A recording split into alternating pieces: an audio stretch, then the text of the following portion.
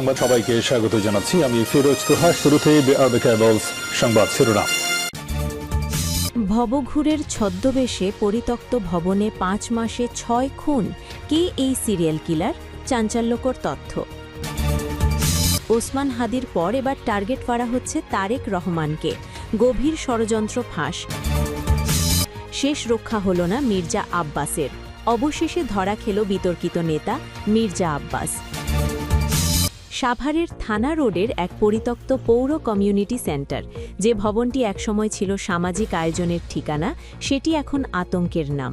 গত ৫ মাসে এই ভবনের ভেতর থেকে উদ্ধার হয়েছে ৬টি মরদেহ। সর্বশেষ উদ্ধার হওয়া ২ নারী ও এক কিশোরীর পোড়া দেহ নতুন করে প্রশ্ন তুলেছে, এটি কি কেবলই বিচ্ছিন্ন হত্যাকাণ্ড নাকি একটি পরিকল্পিত সিরিয়াল কিলিং?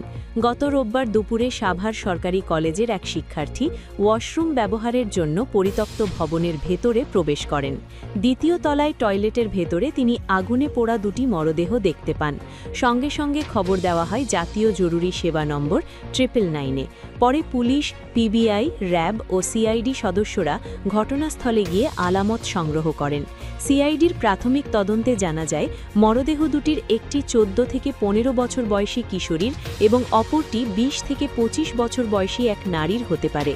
একই স্থানে সর্বপ্রথম গত বছরের ২৯ আগস্ট হাত পা বাঁধা অবস্থায় এক যুবকের অর্ধগলিত মরদেহ উদ্ধার করা হয়। এরপর পর্যায়ক্রমে আরও কয়েকটি মরদেহ পাওয়া যায়। এর বাইরে সাভার মডেল মসজিদের সামনে এক বৃদ্ধা ভিক্ষুকের মরদেহ উদ্ধার হয়।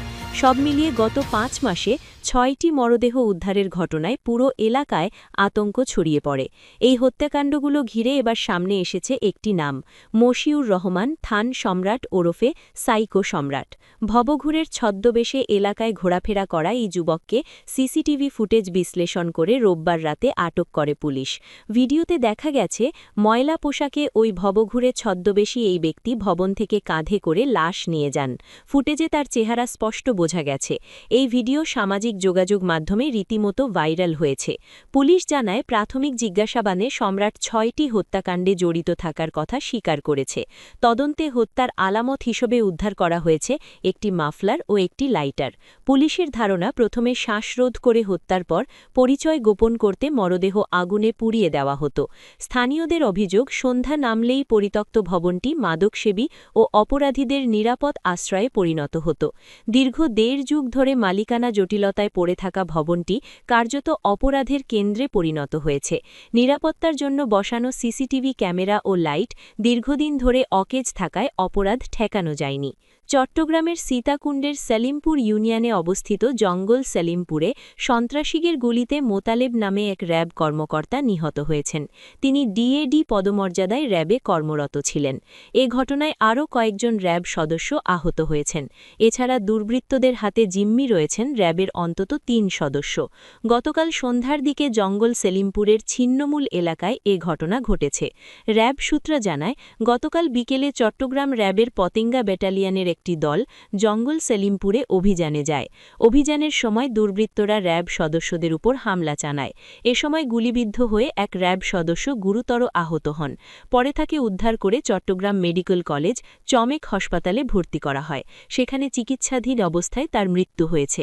এ সময় ৩ র্যাব সদস্যকে দুর্বৃত্তরা জিম্মি করে রাখে বলে জানানো হয়। চট্টগ্রাম র্যাবের একজন কর্মকর্তা বলেন, বিকেলে পতেঙ্গা ব্যাটালিয়নের একটি দল জঙ্গল সেলিমপুরে অভিযানে গেলে দুর্বৃত্তরা তাদের উপর হামলা চালায়। অতর্কিত হামলায় এক র্যাব সদস্য গুরুতর আহত হন। এছাড়া দুর্বৃত্তরা র্যাবের ৩ সদস্যকে জিম্মি করে রেখেছে বলে জানানো হয়। বর্তমান পরিস্থিতি নিয়ন্ত্রণে।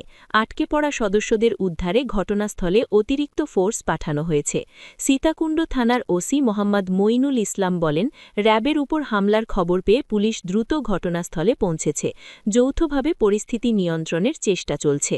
চট্টগ্রামের জঙ্গল সেলিমপুরে গত ৪ দশক ধরে পাহাড় কেটে গড়ে তোলা হয়েছে কয়েক হাজার অবৈধ বসতি। এই দখলদারিত্ব ও প্লট বাণিজ্য টিকিয়ে রাখতে সেখানে গড়ে তোলা হয়েছে দুর্ধর্ষ সশস্ত্র বাহিনী। এলাকাটিকে বর্তমানে একটি নিষিদ্ধ নগরীতে পরিণত করা হয়েছে, যেখানে বাসিন্দাদের জন্য রয়েছে বিশেষ পরিচয়পত্র। বহিরাগত তো বটেই, এমনকি পুলিশ বা জেলা প্রশাসনের কর্মকর্তাদের প্রবেশাধিকারও সেখানে নিয়ন্ত্রিত। একাধিকবার অভিযান চালাতে গিয়ে আইনশৃঙ্খলা রক্ষাকারী বাহিনী সেখানে ভয়াবহ হামলার শিকার হয়েছে। এই অপরাধ সাম্রাজ্যের নেপথ্যে রয়েছে দুটি শক্তিশালী পক্ষ। আলীনগর বহুমুখী সমিতির নেতৃত্বে রয়েছেন চিহ্নিত সন্ত্রাসী ইয়াসিন মিয়া এবং মহানগর ছিন্নমূল বস্তিবাসী সংগ্রাম পরিষদ নিয়ন্ত্রণে রাখছেন কাজী মশিউর ও গাজী সাদেক। বর্তমানে এই দুই সমিতিতে সদস্য সংখ্যা প্রায় ৩০,০০০। প্রশাসনের উপর হামলার ইতিহাস বেশ দীর্ঘ ও রক্তক্ষয়ী। ২০২৩ সালের ১৪ সেপ্টেম্বর জঙ্গল সালিমপুরে উচ্ছেদ অভিযান শেষে ফেরার পথে প্রশাসনের উপর নারকীয় হামলা চালানো হয়।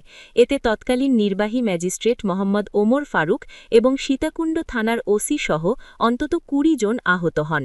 সন্ত্রাসীরা ককটেল ও ইটপাটকেল নিক্ষেপ করলে পরিস্থিতি নিয়ন্ত্রণে পুলিশকেও গুলি চালাতে হয়। এর আগে ২০২২ সালেও একাধিকবার র্যাব ও পুলিশের উপর হামলার ঘটনা ঘটে। প্রশাসনের পক্ষ থেকে মাঝে মধ্যে পাহাড় কাটার সরঞ্জাম জব্দ করা হলেও তাদের প্রস্থানের পরপরই পুনরায় শুরু হয় প্রকৃতির বুক চিরে মাটি কাটার উৎসব।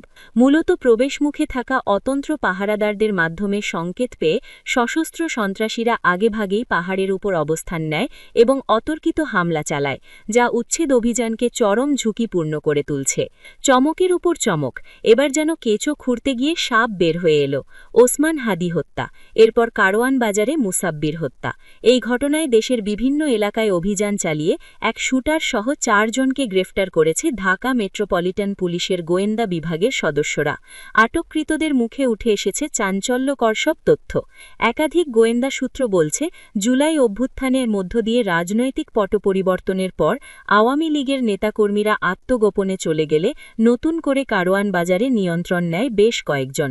তাদের মধ্যে আজিজুর রহমান মুসাব্বির ছিলেন অন্যতম। ভ্যান স্ট্যান্ড সহ অন্তত ৪০০ দোকানের নিয়ন্ত্রণ নিয়েছিলেন এই মুসাব্বির। এই জন্য দল থেকে বহিষ্কারও করা হয়েছিল তাকে। তবে তার এই নিয়ন্ত্রণ ছিনিয়ে নিতে মরিয়া হয়ে ওঠে আরও একাধিক চক্র।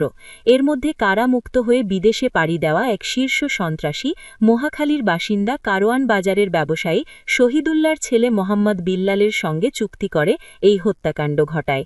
মামলা পরিচালনা, কারাগারে সাপোর্ট, দ্রুত সময়ের মধ্যে জামিন সহ মুসাব্বিরকে চিরতরে সরাতে ১৫ লাখ টাকায় রফদফা করা হয়।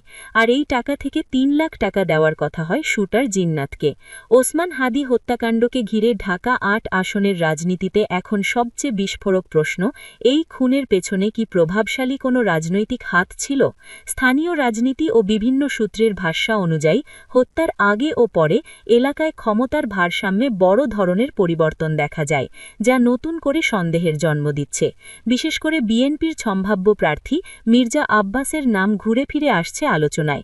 ভয়, ভীতি, প্রভাব বিস্তার ও ব্যক্তিগত দ্বন্দ্বের অভিযোগের সূত্র ধরে অনেকেই প্রশ্ন তুলছেন, এই হত্যাকাণ্ডে তার প্রত্যক্ষ বা পরোক্ষ ভূমিকা থাকতে পারে কিনা। যদিও এখনও পর্যন্ত এ বিষয়ে কোনো চূড়ান্ত তদন্ত প্রতিবেদন বা আদালতের রায় সামনে আসেনি এবং মির্জা আব্বাস নিজেও সব অভিযোগ অস্বীকার করেছেন। তবুও ভোটের আগ মুহূর্তে এই খুনের রহস্য, রাজনৈতিক লাভ লোকসান এবং ক্ষমতার যুগসূত্র সব মিলিয়ে বিষয়টি এখন জনমনে এক দগদগে প্রশ্ন হয়ে দাঁড়িয়েছে। প্রিয় দর্শক, আপনারা যারা মনে করেন হাদি হত্যার সুষ্ঠু বিচার হওয়া উচিত, তারা কমেন্টে লিখুন, হাদি হত্যার বিচার চাই। ভিডিওটা ভালো লাগলে একটি লাইক দিয়ে চ্যানেল সাবস্ক্রাইব করে আমাদের সাথেই থাকুন।